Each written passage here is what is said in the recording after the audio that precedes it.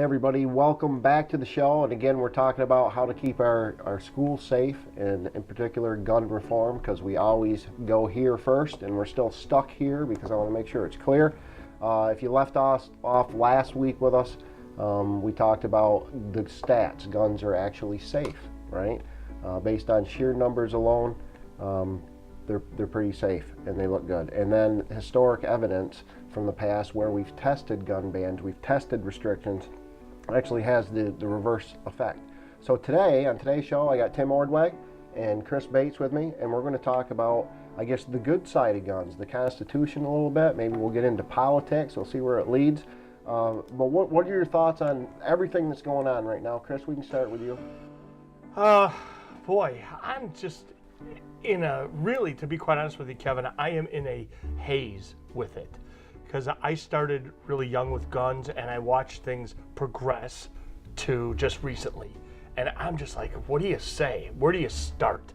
That's my thing, is where I don't know yet. Right. Tragedy, obviously. Anytime any of these things happen, it's heartbreaking and horrific. Again, they're rare in the overall numbers and scope of things, but because it's our kids, it's our schools, emotions are tweaked. What I'm afraid of now is people are making some pretty critical decisions based on emotions instead of facts and reason and law. Right. So, Tim, what do you think about what's going on? I'm just overwhelmed with everything. You know, the situations, we're all devastated this stuff happens, but it's everything's based on emotions right now. Right, and do you guys feel under attack from this? Oh, I do. I do, and I think I feel attacked for the misinformation. Is, I love guns. I have guns, I like guns, I've used guns, and I feel that I am being attacked with the misinformation. It's just out there, and how do you go and fix that? Right, you mean as far as the gun bans, does it actually work, the effectiveness of it, the numbers, again, the guns are safe? Me too, and it's constant. In fact, whenever these tragedies happen, it's 2 or 3 weeks solid. This is the only thing we talk about. This takes, forefront of the media, and it's a horrific situation. As far as the Constitution goes, what are your thoughts as far as the importance, again, of guns, the Second Amendment for the American people? Is that up there for you guys? Oh, yes, definitely. Plus, we have Article 16 of the Vermont Constitution, too. Right. Article 16 allows us the right to hunt and fish and own guns, which is, we're one of the rare states that has that, which is awesome. Second Amendment was put there for a reason. Right. And what do you think that reason is, Tim? To protect us against our government. Our tyrannical government, which is another amazing thing to me. All these, it's funny, but the I want to say the left, and I hate to say right and left here, but we're going to talk politics a little bit. Yeah, we have to. The left side here, we have to. The left side is literally, this I think is again about Trump. I think this has a lot to do with just anti-establishment, that resistance, if you will, the ever-growing banner of protest from the liberal media. I mean, the agendas behind this are pushing it, and as a conservative, I get criticized every time we talk about gun reform. You're like, oh, we want to take your guns. Well, because you do. And maybe you don't, as the viewer, as people watching us, right? Most people, I don't think, want to take away our rights. They just want to fix this mess. But they, as in the legislators, right, the far left and the Democrats, do want to take our guns. It's obvious in the legislation they're putting forth. So let me interject here for a second with the Constitution. We were talking off air a little bit about it. The Second Amendment for me was the right to own a gun. And I was under the assumption that, I can just go get a gun, no big deal, because that's my right. As I bought my very first gun in 1982. It was a single-shot shotgun. I got into bird hunting, and I started to look into it. Then once you purchased a gun back then, all of a sudden, the NRA started getting involved in, because when you filed your paperwork and these other type of things you fill out, the NRA somehow got hold of you. Right. So then I was looking into that, but the Second Amendment to me, in the original form of it, is meant to protect us against our government. George Washington didn't have enough men. Right. Therefore, he got Minutemen. Everybody will have a musket. Everybody, every person in our country at that time had to have a musket. Right. So they could be called on Exactly. at any time. So, and I'm going to get back to the original question here in 1 second, but as time went on, I think we took the Second Amendment and twisted it somewhere, which I can't find it, but we twisted it, which now it became a privilege Instead of a right. instead of a right. Right. Big difference there. A huge difference. So when I think about the Second Amendment and the amendment to the amendment to the amendments, I'm totally lost. Right. And that is where I think my issue is with the whole Second Amendment and what's going on, is that we have taken a right and turned it into a privilege. Right. Because really, is it my right to purchase a gun for what reason? Hunting, protection, Self-defense. self-defense, right? So, but it doesn't give me the right to purchase a gun, to walk down the street and say, you know what, I don't like you. Right. It does not do that. So that's what I said. It's twisted somewhere, Kevin, into a privilege. Yeah. And I think I think the Second Amendment was built by really wise men, our forefathers, but I think they were very oppressed men too. They saw the evil head of government and what it looked like, and they wanted to protect us as people, as citizens. They wanted to keep the citizens in charge of the government, and not the other way around, and that's why the Second Amendment came into play. And again, for the far left, who I've heard come out and call Trump a bigot, a racist, a Right. dictator, all these different things, out of all people, if you think Donald Trump is honestly a dictator, you should want your Second Amendment rights more than ever, wouldn't you? But can you rise up with a group of, say, you, me, Tim, and a whole bunch of other people? Can we rise up and say, our government is screwed up, we're taking it back? Yeah. Can we do that? Yeah, I don't think so. Well, I don't either, but Right. I mean, it's a process, and if it came down to that, we're talking about civil, revolution Right. and war here, then that's exactly what it takes, though. Right. Is a group of armed men that are going to go on the state house and take over and decide this is, and if that ever happens, if we get frustrated enough with our government and sick of it, and that has to be done, we're going to want guns Right. to do that. I just want to say our Second Amendment does not say anything about muskets. Right. Okay. Doesn't say anything about It Well, assault. let's It just- doesn't say says anything to about bear assault armed. rifle either. Okay. Yeah. It says muskets. We would be. Well, I just stated that it was because everybody, that was the gun at Yeah. the time, yeah. Yeah, I think back then too, it's just like, why don't we have laws, I've always said, that allow us to hunt, Right. right? It's a basic right, but I think back then it was such a regular thing that they didn't even really think about it. Like, Right. obviously you need a gun to go feed your family and hunt, and that's what you're going to do to survive. They never anticipated the future that we're in here now, but I hear that from the other side too. The Constitution is not set in stone. Right. We can amend it. This is all true facts, and we have to decide as a society if we want to do that. But at what cost is what I want Exactly. to make people aware of. And they say guns, 1 million people, a year, over 1 million lives they save. So we're talking about rifles. We're banning specifically assault rifles. They killed 252 people last year, but they saved 1 million. What is an assault? Yeah, what is an assault rifle? And that's, again, now we're going to get back into them changing the definitions. We talked about that in last week's show, but let's take it the next step.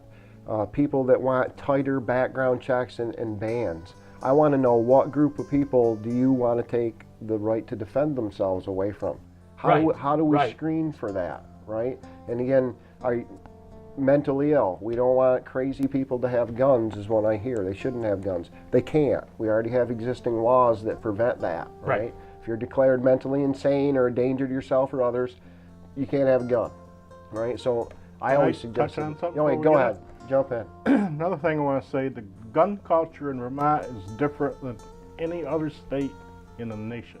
I Maybe will except agree for to that. Alaska. I will Okay. absolutely agree to that. We know Ethan Allen was from here. The Green Mountain Boys. That's what changed the Civil War. And our culture is just totally different from anywhere else. Right. I agree with that, Tim.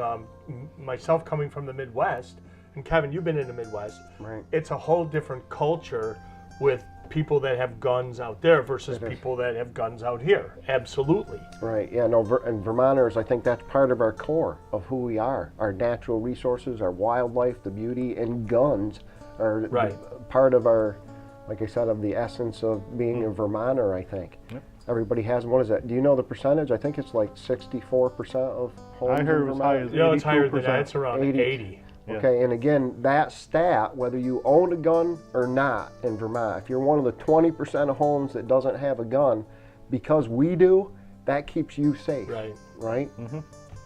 So I have another question. We're in Vermont. I haven't been able to follow up on quite yet of it, but there's a bill in Vermont, right, to change up some sort of gun law. From what I understand, they want to do. There's a couple different that they're putting into legislation as soon as next week, actually. But some, or they're talking about passing. Right. But they're already talking about, magazine capacities. Right. They're talking about age limits. So this isn't just a little. This is a whole bunch of things that they're trying to change Vermont gun. What do I want to say? The gun lore here. Absolutely. We have a strong gun presence, and now they want to change it. Yeah. Well, why do you need a gun that fires, semi-automatic, then shoots so many shots? You don't want to reload. I know a 22, Ruger 1022, it's the gun that I learned to shoot on. Right. All my kids learned. I've taught hundreds of kids, literally hundreds of kids across the country with it. Millions of Americans start on this gun, and that is the gun that they, maybe not you, but they are trying to ban, and the people need to know that. This isn't military grade weapons that we're talking about. Those are already illegal in the United States. Mm-hmm. We're talking about regular everyday firearm that your dad and now you deer hunt with. Right. They were saying that they wanted to ban nationwide. They want to ban 50 caliber guns. Okay, that's where I kind of jumped in and I was like, wait a minute here, a 50 caliber gun. Tell me what. I asked people, do you know what a 50 caliber gun is? And they flat out say, well, it's like the ones on a helicopter. And I'm like, okay, but do you realize that a shotgun slug, a 12 gauge slug is 1 ounce? It's a 50 caliber gun. My new BB gun, right? Right, it's a 50 caliber gun. So if you ban 50 calibers, you're banning smoke poles, right? You're banning black powder guns, you're banning shotguns. A whole bunch of things. Exactly. So tell me, where do you draw the line? The barrel shroud on assault rifles would qualify every pump shotgun in the country. Exactly. So I have a semi-automatic 20 gauge. It's not quite a 50 caliber, but it's a semi-automatic. There again, the assault rifles are semi-automatic. What is a what is an assault rifle, like Tim said? Right. What is it? Well, and the scary part again is how do we, when we're talking about restrictions on keeping hands, out of dangerous people, we want to keep guns out of their hands. How do we pick that? Do you guys have any clue? I mean, what do you? So, do you have a clue? Where would all right, I'll jump in. Where would you start that? So, here's one of my things. Okay, so you touched earlier already that the mentally ill. We already have something in place for that. Right. We have something in place, quote unquote, for criminals. Let's use this kid in Florida, this last kid. Okay. Right? Honestly, now there's a whole bunch of requirements, but because the doctors didn't step in when they should have and qualified him as mentally ill, right? That never happened. I didn't see anywhere we could have taken his gun away, to be honest. You couldn't. I looked at that too. I looked at that as well too. So, so you have all these laws to protect us and the gun owners and everything, but we never really enforce them. So in America, we can't really enforce anything until a couple of things happen. One, somebody actually assaults you. Right. Oh, someone said they're going to assault me. Did they assault you? No. Well, what do you want us to do? Yep. That's what right? What do you want us to do? It's a reactive society instead of proactive, and it has to be because we're talking about removing rights. Right, exactly. People, right? Exactly. So we have that in place. So if I'm walking down the street with a gun in Vermont, it doesn't mean that I'm going to go shoot anything up. Maybe I'm just walking home. Yeah. I see it all the time in Vermont. Right. Actually. But you can't go make the assumption, oh my gosh, he's going to a school, or he's going to the supermarket, or this person's going anywhere. So that's an issue. Right. The third one that I have is what happens when a good person, good law-abiding citizen, snaps? How do you prevent that? You don't. Right. And I think that's the problem. What we really want to ban is insane people and violence. Right, but how do you do that? You can't. There And that's, is no- that's part of Right. our fabric of society, and we're always going to have it. And I hate to tell people, no matter what we do, we're still going to have mass shootings. We are. We can ban every gun in the country tomorrow, and it's still going to happen because of that. What I would like to know, these people that are mentally ill or who have flipped, how come all these people stay quiet about it? Yeah. Why don't they report it when it happens? Right. Instead, oh, he's Say- going to be say okay something, next see week. something, say something. I mean, Only works if they do something. I think if the Right. people that know about it, they should be prosecuted. Right. And that's what I was saying, the gentleman in Florida, right? There was a whole bunch of places on a parental level, a school level, a state level, right? The Department of Children and Families was involved, the feds were involved. So many other people had a chance to look at this kid and pull him in and say he's mentally disturbed and doesn't deserve a gun. But until that happens, you can't remove Right. his right to defend himself, and I think the right to bear arms. Right. That'll probably be his defense next. Hey, I was defending myself. The right to, what's that law there called? The right to defend or something in Florida. I don't The know. Castle Law? Yeah, Yeah. you know, it's when that guy killed Trayvon Martin.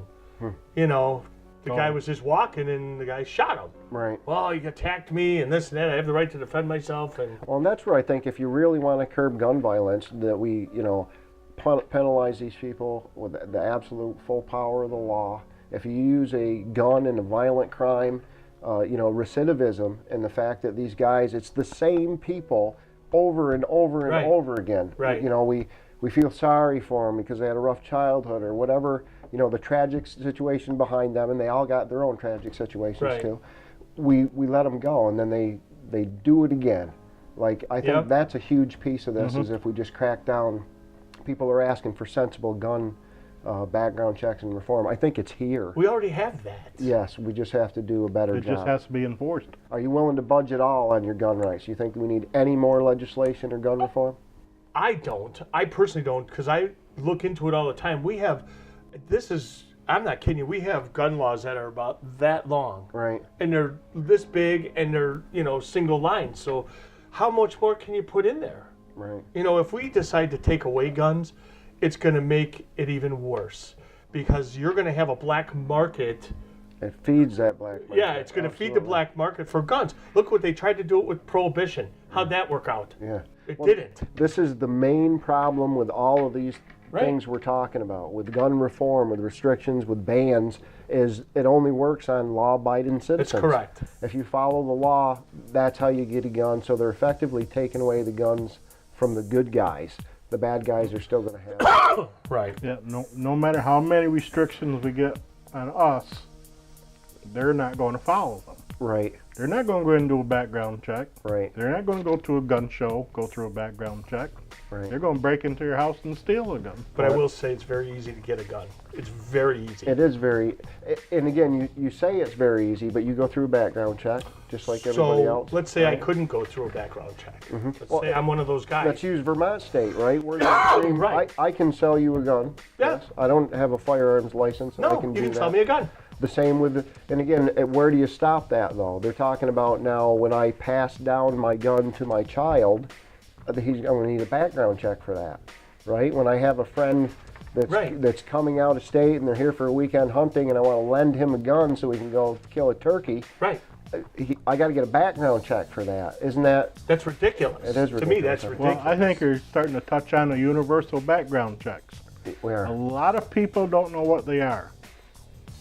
A universal background check is, if you're out hunting with your buddy, you come to a fence, you hand him a gun, now you're felons. Right. Because you guys did not do a background check. Correct. Like at Hale Mountain, we do tons of training with women up there. Uh-huh. And we provide the firearms for them. We're going to have to stop that if universal background checks come, because We can't do a background check on every person we let use a gun. What about licensing? This is another one that I'm getting, and again, it's amazing to me how many people will talk on the computer. Oh yeah, But I'm trying to get, I'd like to hear the other side of the opinion. I'm open to any suggestions you have, and in a couple minutes I'll tell you why I think they won't work. Right. But I'm interested in hearing it and putting it on. Licensing for And they what? won't. Licensing before you have a firearm. You need to get it. You need to have a license before Like you they drive do a in New car. You should have a license. What are your thoughts on that, first of all? So What do you think? okay, so is that for everybody? And Tim brought up Anybody. okay, so it brought up another good thing. What happens when somebody from out of state comes here and wants to go turkey hunting Right, and they don't have the licenses? Sorry, you can't go. right. That cost. Well, I'm assuming it'd be a universal license. You'd basically you have to qualify with a gun to own a gun, is what we're talking about. What if there's someone who wants to learn? Yeah. You know, and he says, "Hey, you come on out. I'll teach you how to do this." What do you think, Tim? You for that? You want No. everybody licensed? No. I don't think so. I don't think so either. Now, there's a couple different I reasons. mean, I have 5 or 6 licenses. They're called concealed carry permits in other states. Exactly. Well, and that's it. People don't know. The people that don't have guns out there, most people buy them to hunt. Right, exactly. And again, if you want to hunt in this country, we have a thing called hunter safety, where you have to go through a training course, and you're taught, you know, from safe carrying techniques all the way up to ranges of fire and zones of fire, and we cover the basics before you're out there, just like driver's ed would for a car. But the difference, I think, between a car and a gun is a car is not a right. And here No, we're going back to the that's right and the privilege. It's a privilege. It's right. So the gun is a right, and again, I'm going to get into this in tomorrow's show, but I suggested we have hunter education. I've been pushing it for over a decade in every school across America. And when I first started it, I was interested in the conservation aspect. I want every kid to know the history of U.S. fish and wildlife Right. and basic gun safety. But from this argument standpoint, if they're asking for people to get trained, that would cure it. Literally every kid in hunter education, they'd get the basics in school. When they turned 18 and graduated, they'd be trained and qualified for their Second Amendment rights. Yeah, just because they took under education and trained doesn't mean They they're going have to go to. buy a firearm. They don't have to own a gun. They don't have to hunt. Again, personal choices. Yep. Absolutely. But at least Right. this way, at least they know and they've got the training. Education is very important. Education is power. Absolutely. So I think that's something that I'm still fighting for that, and I'd love to see that happen. But again, It's a big uphill battle. it is. And then kids, parents say, well, we don't want my kids to, play with guns. We don't want kids to learn about guns in school. And it's like, I don't want my kids to do drugs, so I'm not going to talk to them about drugs. Right, In today's society, that's foolish, and it's the same right. with guns. I learned hunting and all that from my friends' parents. My father wasn't a hunter at all. He was just a school teacher, liberal Right. side.